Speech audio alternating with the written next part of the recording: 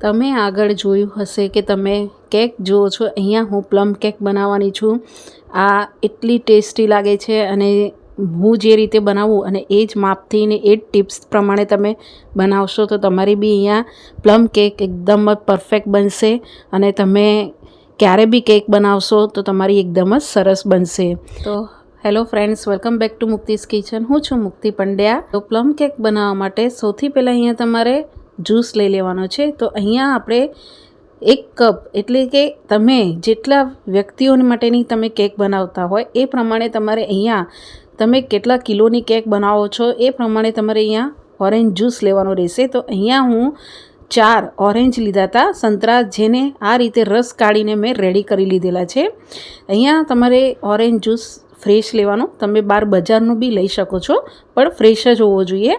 હવે orange juice લઈ લીધા પછી તમારે આની અંદર ડ્રાયફ્રૂટ્સ એડ કરવાના છે। તો અહીંયા મેં બધા ડ્રાયફ્રૂટ્સ લઈ લીધા છે, જેમાં અખરોટ, કાજુ, બદામ, કિસમિસ અને થોડા અંજીર લીધેલા છે। અંજીર અહીંયા ઓપ્શનલમાં છે, તમારે એડ કરવા હોય તો કરી શકો છો।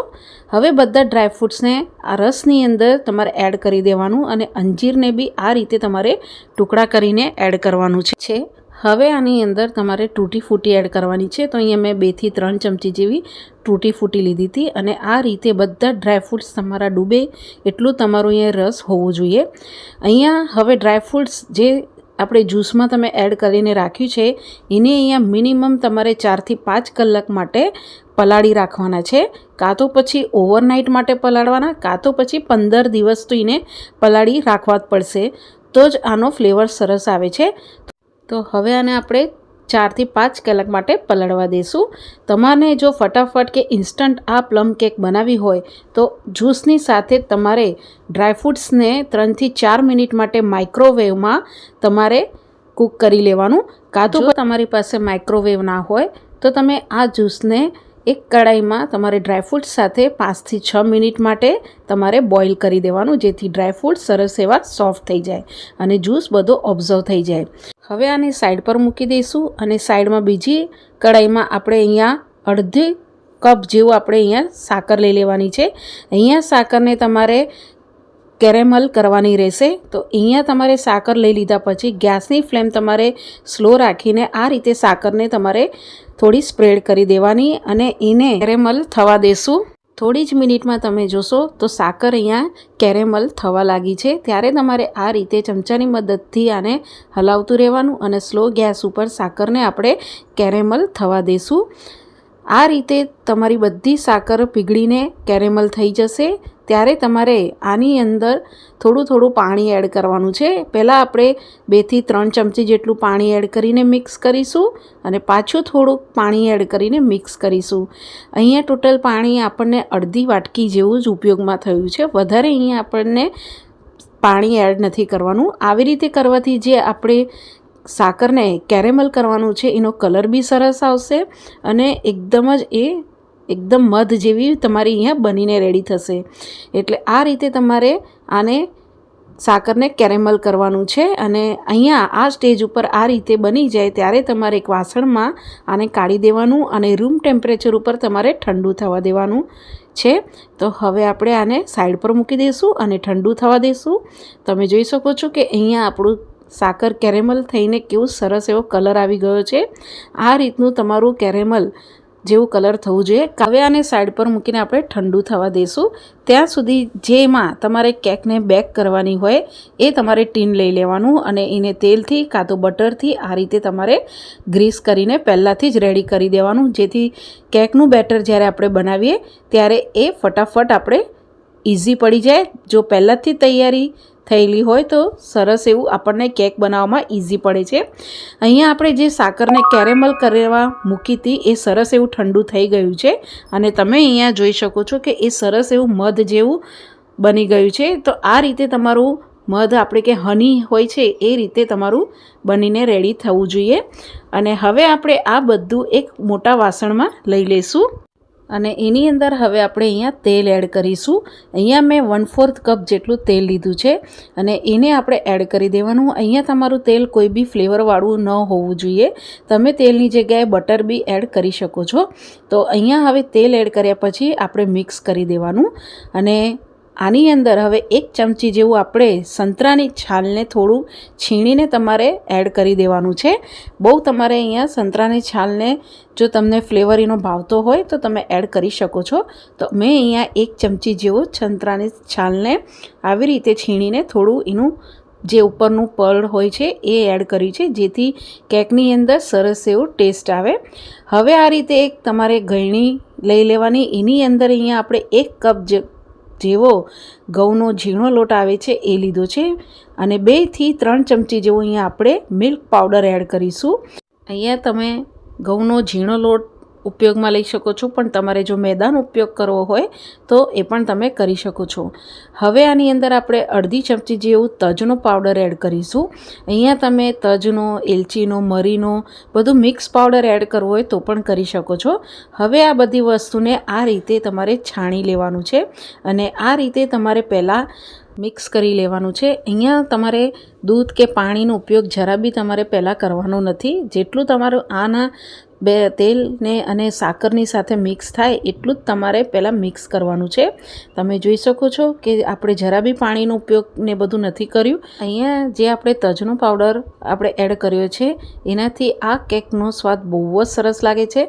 હવે આની અંદર જે આપણે ઓરેન્જ જ્યુસની અંદર ડ્રાયફ્રૂટ્સને આપણે પલાળીને રાખ્યા હતા એ સરસ એવા આપણા પલળી ગયા છે. એ બધું જ તમારે જ્યુસ સાથે ડ્રાયફ્રૂટ્સને આની અંદર એડ કરી દેવાનું છે અને મિક્સ કરી દેવાનું છે.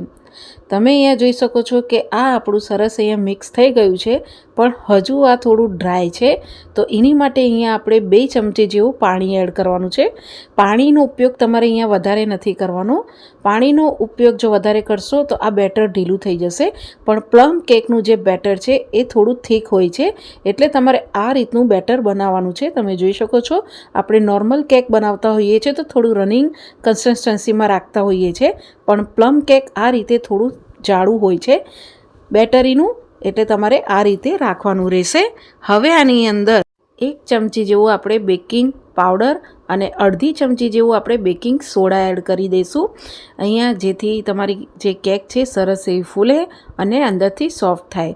પછી અડધી ચમચી જેવું આપણે અહીંયા બેકિંગ પાવડર અને બેકિંગ સોડા ઉપર વિનેગર એડ કરીશું, એટલે આ જે તમારી પ્લમ કેક છે એ સરસ એવી ફ્લફી બનશે. હવે આ રીતે તમારે મિક્સ કરવાનું છે, ગોળ ફરાવવાનું અને વચ્ચેથી એને આ રીતે પાટ કરવાનું. અહીંયા તમે જ્યારે બેકિંગ સોડા અને બેકિંગ પાવડર એડ કરો પછી આને બહુ તમારે હલાવવાનું નથી અને આને તમારે આ બેટરને તરત જ જે આપણે એમાં તમારે બેક કરવાનું છે એની અંદર આપણે બધું જ બેટર એડ કરી દેવાનું છે. તમે જોઈ શકો છો કે આપણું બેટર સરસ એવું બન્યું છે. હવે આપણે થોડું આ રીતે થપથપાવી દઈશું, જેથી બેટરની અંદર એર બબલ્સ હશે એ નીકળી જશે. તો હવે આને આપણે ઉપરથી થોડા ડ્રાયફ્રૂટ્સથી ગાર્નિશિંગ કરી દઈશું અને થોડા તૂટી ફૂટીથી આપણે ગાર્નિશિંગ કરી દઈશું. હવે આને આપણે માઇક્રોવેવમાં હું બેક કરવાની છું. તો અહીંયા 180 ડિગ્રી સેલ્સિયસ ઉપર તમારે 35 મિનિટ માટે બેક કરવાનું છે. જો તમારી પાસે માઇક્રોવેવ ના હોય તો તમે કડાઈમાં મીઠું નીચે એડ કરીને અને એને તમારે 10 મિનિટ માટે પહેલાં પ્રીહીટ કરી દેવાનું અને પછી તમારે 40 મિનિટ માટે ગેસની ફ્લેમ મીડિયમ રાખીને બેક કરવાનું રહેશે. તો હવે આને આપણે માઇક્રોવેવમાં મૂકી દઈએ. તો અહીંયા આપણી પ્લમ કેક બેક થઈને રેડી છે. તમે જોઈ શકો છો મેં અહીંયા માઇક્રોવેવમાંથી બહાર કાઢી લીધેલી છે. અહીંયા તમારું માઇક્રોવેવ તમે કયું કેટલા વોલ્ટનું વાપરો છો એ પ્રમાણે તમારે ટાઈમર સેટ કરવાનું રહેશે. તો અહીંયા આપણું આ કેક બનીને રેડી છે. સરસ એ ફ્લફી બની છે. ટૂથપિન નાખીને તમે જોશો તો તમારી ટૂથપિન છે એ સરસ એવી ઇઝીલી એકદમ જ સાફ નીકળે છે, એટલે કે મીન્સ તમારી અહીંયા કેક છે એ સરસ એવી અંદરથી બી કૂક થઈ ગઈ છે. હવે આપણે આને તમારે તરત જ કેક ટીનમાંથી કાઢવાની નથી. પહેલાં રૂમ ટેમ્પરેચર ઉપર આપણે આને ઠંડુ થવા દેશું. તો તમે અહીંયા કોઈ બી રૂમાલ કે કોઈ બી ડીશ તમારે આ રીતે ઢાંકી દેવાની, જેથી કેકનું ઉપરનું પડ છે એ એકદમ જ ડ્રાય ન થાય અને કેકની અંદર સરસ એવું મોઇશ્ચર રહે. તો આને આપણે 1 કલાક માટે રૂમ ટેમ્પરેચર ઉપર ઠંડુ થવા દેશું. 1 કલાક પછી જેવું થઈ જાય ત્યારે તમારે રૂમાલ આ રીતે કાઢી દેવાનું અને કેક સરસ એવી તમારી ઠંડી થઈ ગઈ છે. પછી ચાકુની મદદથી જે કેકની બધી સાઈડની એજીસ હોય છે એને આ રીતે પહેલાં ટીનની સાથે તમારે છૂટી કરી દેવાની. પછી તમારે કેકને પલટાવવાનું છે. તો એની માટે અહીંયા કોઈ બી થાળી કે ડીશ તમારે આ રીતે લેવાનું અને ધીરેથી તમારે ફ્લિપ કરી દેવાનું છે અને ઉપરથી થોડુંક આ રીતે થપથપાવી દેવાનું અને ધીરેથી જે કેકની ટીન છે એને બહાર કાઢવાનું રહેશે.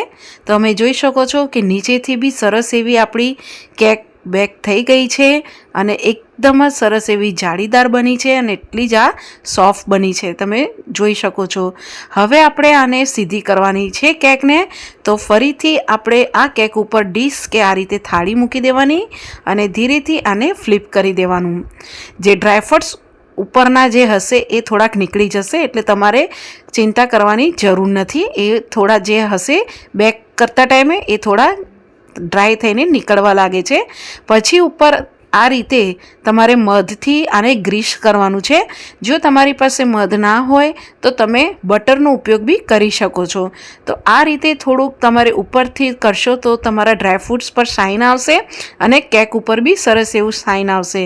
અને તમે જોઈ શકો છો કે અહીંયા આપણી જે પ્લમ કેક છે સરસ એવી બેક થઈને એકદમ જાળીદાર બની છે.